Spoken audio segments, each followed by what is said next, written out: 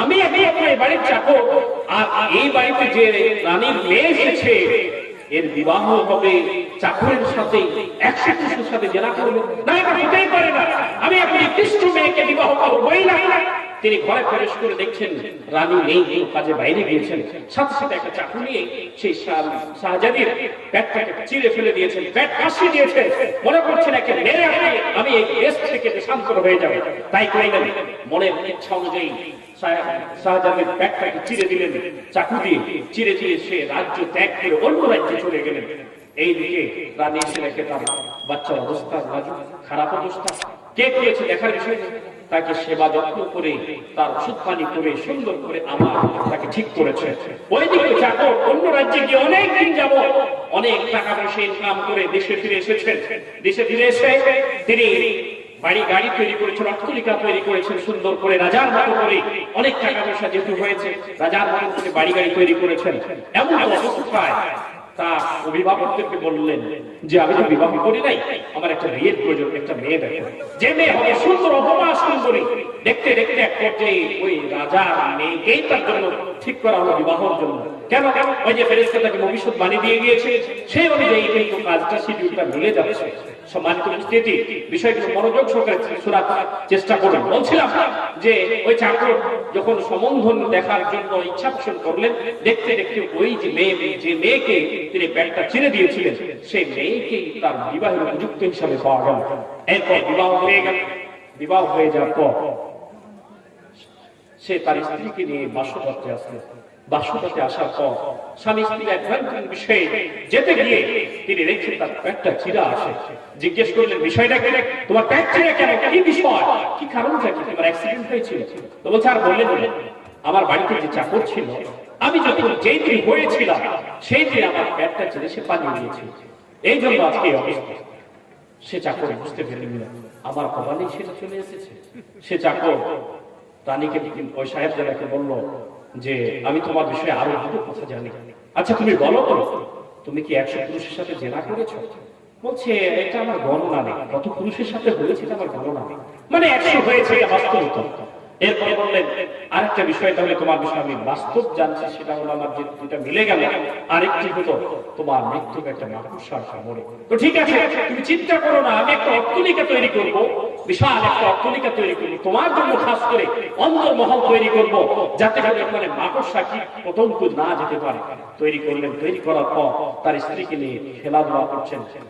তুলাই এবং নাঈম তারা একে অপরে খেলাধুলা করছেন। এমন অবস্থায় দূরে দেখছেন তার স্ত্রী যে একটা মাকড়সা খেলাধুলা করছে, বা তার জাল যেটা তার কাজ সেটা করছেন। বললেন, স্বামী গো, আমার মৃত্যু যে তুমি বলেছো মাকড়সার কামড়ে হবে, তাহলে এক কাজ করো, দেখি মাকড়সাটা নিয়ে আসো। এই বলে টিপ দিলেন। টিপ দেওয়ার সাথে সাথে মাকড়সা থেকে একটা পদার্থ, আঠালো সাদা পদার্থ বের হলো। বের হওয়ার সাথে সাথে তার রক্ত দিয়ে প্রবেশ করে দেহে বিষক্রিয়া করে সে পৃথিবী থেকে চলে গেল। ইমাম ইবনে কাসির রাহিমাহুল্লাহ অত্র আয়াতে তাফসীর করতে গিয়ে এই ঘটনাটা নিয়ে এসেছেন। যে কারণে আমার আপনার শিক্ষার জন্য যে পৃথিবীর যে অট্টালিকায় গ্রিন হাউসে আমরা বসবাস করি না কেন, সেখানেও মৃত্যুর বার্তা যাবেই। এটা হলো বাস্তবতা। এই বাস্তবতাকে আমাকে আপনাকে মেনে নিতে হবে। কি আমি আপনি প্রস্তুত আছি? আচ্ছা, প্রস্তুত যদি থাকি, আমি আপনি নিজেকে বিবেককে প্রশ্ন করি, কে কতটুকু মৃত্যুর জন্য প্রস্তুত হয়েছে? আচ্ছা, মৃত্যুর পরের জীবনটা মনে করছেন আপনি পৃথিবীতে যেভাবে চলেছেন, এই জন্য মৃত্যুর পরের জীবনটা কি সুখময় হবে? কি সুখময় হবে? আজকে যদি জিজ্ঞেস করা হয় কত ব্যক্তি সমর্পণ পাচক, কয়জন পাওয়া যাবে এখানে? কয়জন পাওয়া যাবে? মৃত্যুর পরের জীবনটা কিন্তু অনন্তকালের জীবন। মনে করি আমরা যে এই দুনিয়াতে হাসলাম খেললাম, এই তো মরে গেলাম, শেষ হয়ে গেলাম।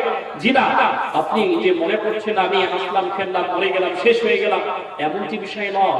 বনি ইসরাঈলের আরেকজন ব্যক্তি মনে করেছিল যে আমি মরে যাওয়ার পর আমার লাশ যেন আল্লাহ সুবহানাহু ওয়া তাআলা না পায়, এই জন্য তার সন্তানদেরকে বলেছিল তিনি, এক কাজ করিও, আমি মরে যাওয়ার পর তোমরা আমার লাশটাকে পুড়িয়ে পিষে আটা করবে, এরপর জলে স্থলে বাতাসে ফেলে দেবে 3 জায়গায়, যেন আল্লাহ আমাকে খুঁজে না পায়। এই বিশ্বাস তার মনের মধ্যে এনেছিল। তার সন্তানেরা তাই করে।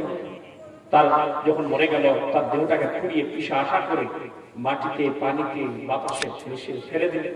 এমন অবস্থা আল্লাহ সুবহানাহু ওয়া তাআলা 3টা পদার্থকে 3টাকে বললেন, এক করো মৃতদেহকে আল্লাহ সুবহানাহু ওয়া তাআলা তৈরি করলেন। তৈরি করার পর বলছেন, আচ্ছা বলো তুমি এই কাজটা কেন করেছিলে? কেন তুমি করেছিলে এটা? তোমার বিশ্বাস কি মনে করেছিলে আমাকে আর পাওয়া যাবে না? আমি আল্লাহ তোমাকে সৃষ্টি করেছি, তুমি কেন করেছিলে বলো? আল্লাহ সুবহানাহু ওয়া তাআলা কে মৃত ব্যক্তি বলেছিলেন, আল্লাহ আমি একমাত্র তোমার ভয়ে করেছিলাম। আমি যে অপরাধ করতাম, আমার অপরাধটা ছিল ওই বনী ইসরাঈলের ব্যক্তির অপরাধ ছিল কি? কাপড় চুরি করতেন। মানুষ মরে গেলে, মরে যাওয়ার পর সে কবরে প্রবেশ করে নতুন কাপড়টা চুরি করে নিয়ে আবার কি করতেন? বিক্রি করে দিতেন। এই ভয়ের কারণে সে করেছিল। আচ্ছা বলুন তো, কাপড় চুরি আর সমাজের কিছু মানুষ আছে যারা সুদের সাথে জড়িত, ঘুষের সাথে জড়িত, জেনার সাথে জড়িত, ব্যভিচারের সাথে জড়িত, এর পাপটা কি আপনার আর সমাজের এই মানুষের পাপের চেয়ে খুব জঘন্য মনে করছেন? কি খুব জঘন্য? সে চুরি করতো মৃত্যু ব্যক্তির লাশের কাপড়ের কাপড়। আর আপনার সমাজের মানুষ আজকে যারা সুদ খায়, ঘুষ খায়, যারা জেনা ব্যভিচার করে, এদের পাপের স্তরকে কোনোদিন বুঝে দেখেছেন? কোনোদিন বুঝে দেখেছেন? আপনাকে তো একটু আগে বললাম যে সুদের পাপের যে কত নিকৃষ্টতা বর্ণনা এসেছে, যার সবচেয়ে ছোট পাপের কথা রাসূলুল্লাহ সাল্লাল্লাহু আলাইহি ওয়াসাল্লাম বলছেন, আয়াম ইহামাদুল উম্মাহা, নিজ মায়ের সাথে জেনার সমতুল্য পাপ। তো নিজ মায়ের সাথে জেনার সমতুল্য পাপ আজকে যদি আমাদের সমাজে কোনো ব্যক্তি ঘটনা ঘটিয়ে দেয়, আপনি ভালো চোখে তাকে দেখবেন?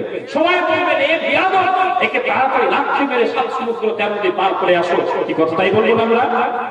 তাহলে আমার আপনার সমাজের মানুষের আজকে বুঝ, আমার আপনার সমাজের মানুষের আজকে চলাফেরা, দৃষ্টান্ত চলাফেরা দেখে মনে হচ্ছে যেন আমি আপনি মরবো না, এই চিন্তা চেতনা নিয়েছি। নাকি বলছেন? এই অবস্থা আমাদের নাই? এই অবস্থায় আমরা ভুগছি। কিন্তু এই ভোগান্তি আমাদের অবশ্যই দূর করতে হবে। কেন করতে হবে? মৃত্যু নামক খাওয়া অবশ্যই আমাদেরকে গ্রহণ করবেই। এর কবল থেকে কোনো ব্যক্তি কখনো কি বেরিয়ে যেতে পারবে না। আল্লাহ বলছেন, কুল্লু মান আলাইহা ফান ওয়া ইয়াবকা ওয়াজহু রাব্বিকা যিল জালালি ওয়াল ইকরাম। আল্লাহ সুবহানাহু ওয়া তাআলার চেহারা মোবারক বাদ দিয়ে ভূমিষ্ঠ ভিতরে যাহা কিছু রয়েছে, প্রত্যেকটা স্তর, প্রত্যেকটা জায়গা, সব কিছু ভেঙে চির হয়ে যাবে একমাত্র ইল্লাল্লাহ, আল্লাহ সুবহানাহু ওয়া তাআলার চেহারা ছাড়া। আল্লাহ ছাড়া কেউ বাঁচতে পারবে না।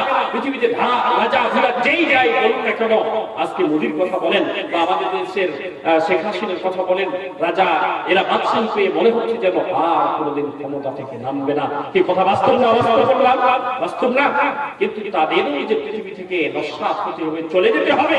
ফেরাউনের মতো দাম্ভিক শাসক যে 350 বছর, কেউ কেউ বলেছেন 950 বছর পৃথিবীতে রাজ্য চালিয়েছিল, 950 বছর পৃথিবীতে রাজ্য চালিয়েছিল, সে কখনো ভাবে নাই যে সে মরবে। কি ভেবেছিল নাকি? ভাবে নাই। এই চিন্তা তার ভিতরে নিয়ে আসে নাই। তারপরও তাকে পৃথিবী ছেড়ে চলে যেতে হয়েছে। আপনাকেও যেতে হবে, আপনাকেও যেতে হবে।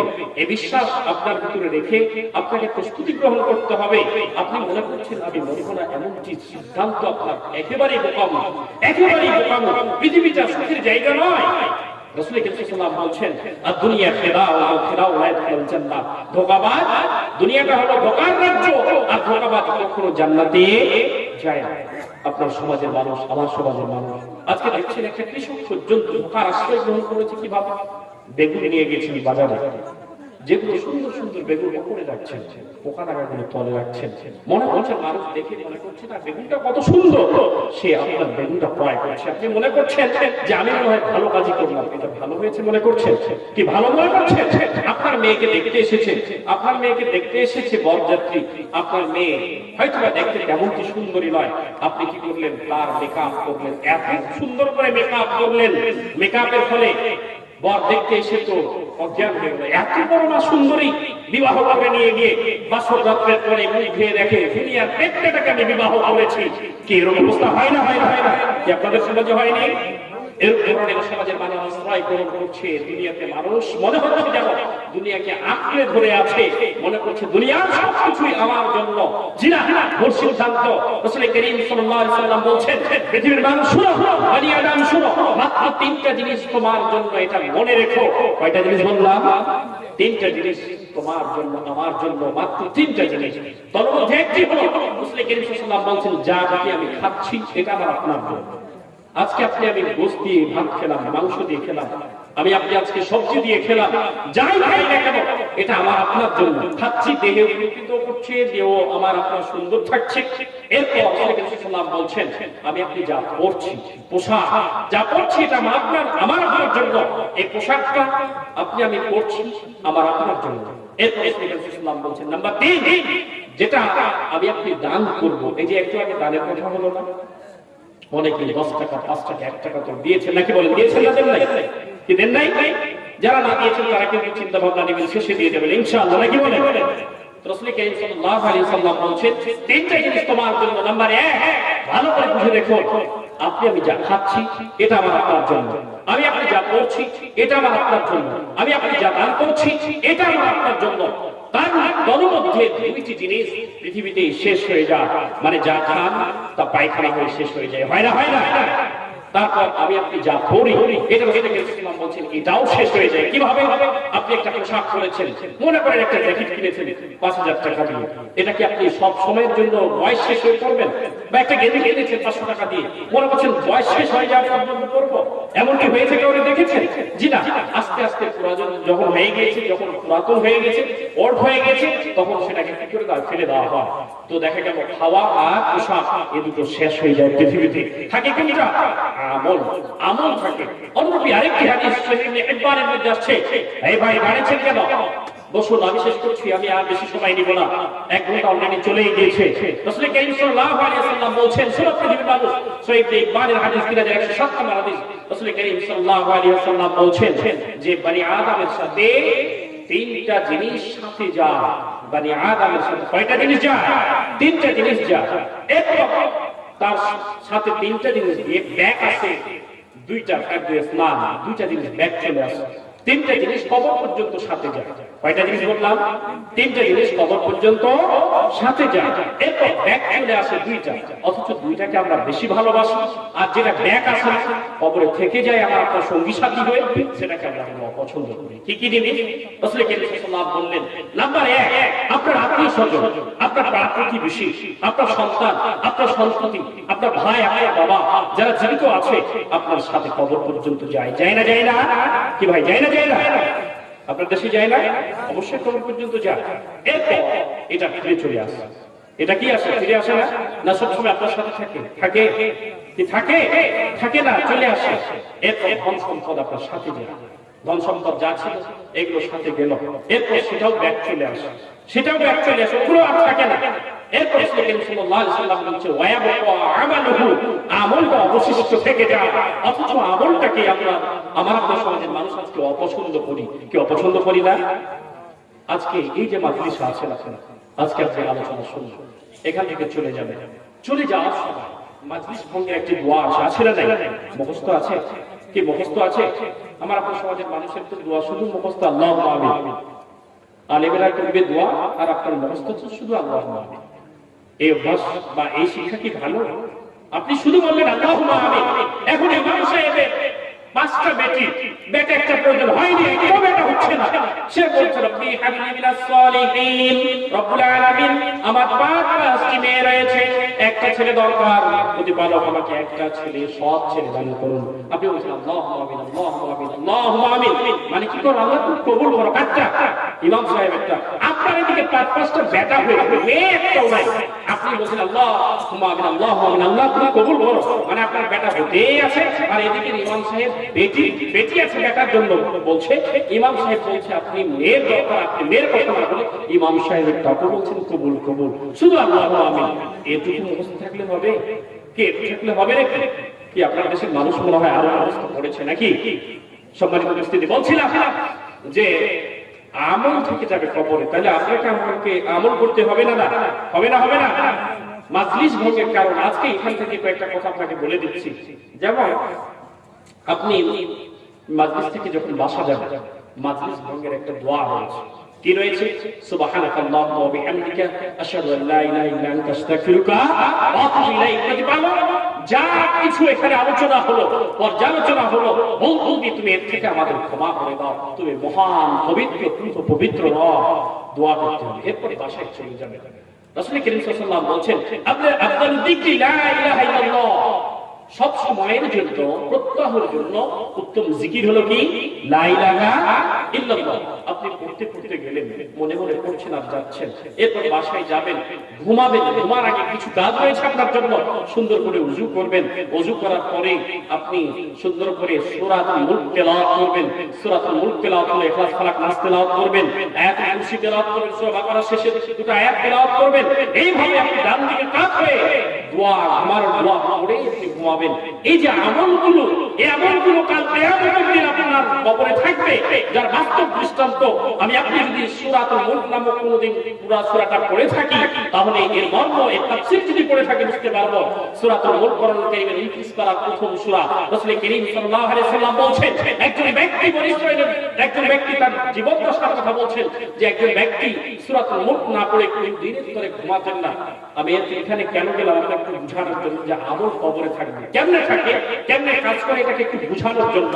রাসূল করিম সাল্লাল্লাহু আলাইহি ওয়াসাল্লাম বলেন, একজন ব্যক্তি সূরাতুল মুলক না পড়ে কোন দিনের ধরে ঘুমাইতেন না।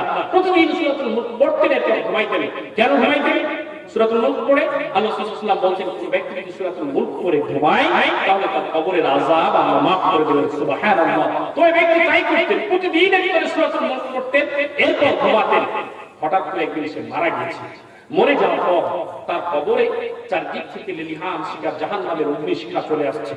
জাহান্নামের অগ্নিশিখা এসে ওই ব্যক্তিকে কবরের লেলিহান শিখা, অগ্নিশিখা তার দিকে লেলিহান শিখা খাবো খাবো করে কবরের আযাব চলে আসছে। ওই ব্যক্তি সূরাতুল মুলক পড়তেন, তার মুখস্থ ছিল, তার এই অল্প থেকে, তার বক্ষ থেকে সূরাতুল মুলক বেরিয়ে পড়ল। বেরিয়ে যাওয়ার পর এইভাবে জাহান্নামের আযাব থেকে তাকে বাঁচাচ্ছেন, ঢাল ছুঁড়ে বাঁচাচ্ছেন। জাহান্নামের আযাব বললেন, এই সূরাতুল মুলক সূরা, যদি তুমি এই ব্যক্তিকে, মৃত্যু ব্যক্তিকে কবর আযাব থেকে বাঁচাতে চাও, তাহলে তোমাকে যে সৃষ্টি করেছে রব্বুল আলামিন তার কাছে চলে যাও। সে যদি আমাকে বলে, তিনি যদি আমাকে বলে আজকে মৃত্যু ব্যক্তির কবরে থাকতে হবে না, তুমি দূরভীত হয়ে যাও, আমি সূরাতুল মুলক এই কবর থেকে চলে যাব। সূরাতুল মুলক আল্লাহর কাছে চলে গেলেন, যে বলছেন, প্রতিপাল, এই ব্যক্তি কোন দিনের পরে তোমার রাসূল যে বলেছেন এটাকে পড়লে কবরের গুনাহ, মানে কবরের আযাব maaf হয়ে যাবে, এই দিকে লক্ষ্য করে কোনদিন পরে না করে ঘুমাই নাই। রব্বুল আলামিন এই ব্যক্তিকে আজকে এর কবরের আযাব maaf করতে হবে। তোমাকে এই ব্যক্তির কবরের আযাবকে maaf করে দিতে হবে, কবরের আযাব দূরীভূত করতে হবে। নইলে আমি তোমার কোরআনে 29 পারা প্রথম সূরা সূরাতুল মুলক এটাকে বাদ দিয়ে দিতে হবে, এটা মুছে দিতে হবে, ডিলিট করে দিতে হবে। নইলে এই ব্যক্তির কবরের আযাব আজকে maaf চাই, এটাই বিষয়। আল্লাহ সুবহানাহু ওয়া তাআলা সূরাতুল মুলকের এই জোরালো আহ্বান, জোরালো বিষয় শুনে, দাবি শুনে বললেন, ঠিক আছে সূরাতুল মুলক আমি তার কবর থেকে আযাব maaf করে দিলাম। সুবহানাল্লাহ। সাথে সাথে ওই ব্যক্তির কবরের থেকে আযাব দূরীভূত হয়ে গেল। যেভাবে আগুনে পানি দিলে আগুন সাথে সাথে নিভে যায়, অনুরূপে ধপ করে কবরের আযাব maaf হয়ে গেল, কবরের আযাব দূরীভূত হয়ে গেল। সূরাতুল মুলক আসলেন, ওই ব্যক্তির মুখে প্রবেশ করে বললেন, সাবাস এই ব্যক্তিকে, এই দেহকে যে প্রতিদিন সূরাতুল মুলক পড়তেন। তো দেখুন কবরের আযাব maaf হয়ে গেল কি আমলের কারণে? সূরাতুল মুলক পড়ার কারণে। তো আল্লাহ ওটাই বলছেন, কবরে তিনটা জিনিস যায়, দুটো জিনিস ব্যাক আসে, আর আমল থেকে যায়। তো আমল থেকে যায়, এই আমল আমরা কয়জন করছি, কয়জন রয়েছে আমলিয়া? কেউ বলতে পারবো যে আমি সূরাতুল মুলক প্রতিদিন পড়ে ঘুমাই? কয়জন আছে? কয়জন আছে বলুন তো দেখি, আমরা কয়জনকে পাবো? তাহলে আমল আমার আপনার জন্য জীবনের সর্বসঙ্গী হয়ে থাকবে কবরে কিয়ামত পর্যন্ত। মানুষ যখন মরে যাবে, আত্মীয় স্বজন তাকে রেখে আসলো, এরপর রাসূল সাল্লাল্লাহু আলাইহি ওয়াসাল্লাম বলছেন, আতাহু মালাকানি আসওয়াদানি ওয়া যাকানি, দুইজন ফেরেশতা চলে আসে ব্যক্তির কবরে, একজন মুনকার ওয়া নাকির। এরপর তাকে বসিয়ে দেওয়া হয়, এরপর তাকে জিজ্ঞেস করা হয়, মান রব্বুকা, তোমার রব কে? মান দীনুকা, তোমার দিন কি? মান হাজা, রাসূলের ছবি দেখানো হবে, তিনটা প্রশ্ন করা হবে। যদি তিনটা প্রশ্নের জবাব দিতে পারে তাকে আরো দুইটি প্রশ্ন করা হবে। এরপর রাসূল করিম সাল্লাল্লাহু আলাইহি ওয়াসাল্লাম বলছেন, তার কাছে একজন সুশ্রী সুন্দর আকৃতির মানুষ তার কবরে দিয়ে আসা হবে। সেই ব্যক্তি বলবেন, তুমি কে? সে বলবে, আমি তোমার নেক আমল, আমি তোমার নেক আমল, তুমি যা দুনিয়াতে করেছিলে, কষ্ট করেছিলে, সেই নেক আমল আমি তোমার কবরের জীবনের সঙ্গী কিয়ামত পর্যন্ত হয়ে থাকবো। আর যদি মানুষ মরে যাওয়ার পর তিনটার আযাব, তিনটা প্রশ্নের জবাব না দিতে পারে, রাসূল করিম সাল্লাল্লাহু আলাইহি ওয়াসাল্লাম বলছেন, তাহলে একটা অত্যন্ত কুস্ত্রী, এত নোংরা গন্ধের ব্যক্তিকে দেখে আসা হবে। সেই ব্যক্তি বলবে, কে তুমি? বলবে, আমি তোমার আমল, বদকার আমল। দুনিয়াতে যা তুমি খারাপ কিছু করেছিলে, যা তুমি খৈনি খেয়েছিলে, যা তুমি জুয়া খেলেছিলে, যা তুমি সালাতকে পরিত্যাগ করেছিলে, যা তুমি মানুষের সাথে সত্য কথা বলনি, যা তুমি পিতামাতার সাথে ভালো আচরণ করনি, যা তুমি বিদ্যা অর্জন করনি, ইলম অর্জন করনি, সেই বদকার আমলগুলো আজকে আমি তোমার কবরে রয়েছে, কিয়ামত পর্যন্ত থাকবে। সম্মানিত উপস্থিতি দিনী মুসলিম ভাই, তাহলে আমার দুনিয়াতে আমার আপনার জন্য কবরে থাকবে, কবরে সঙ্গী হবে, এটা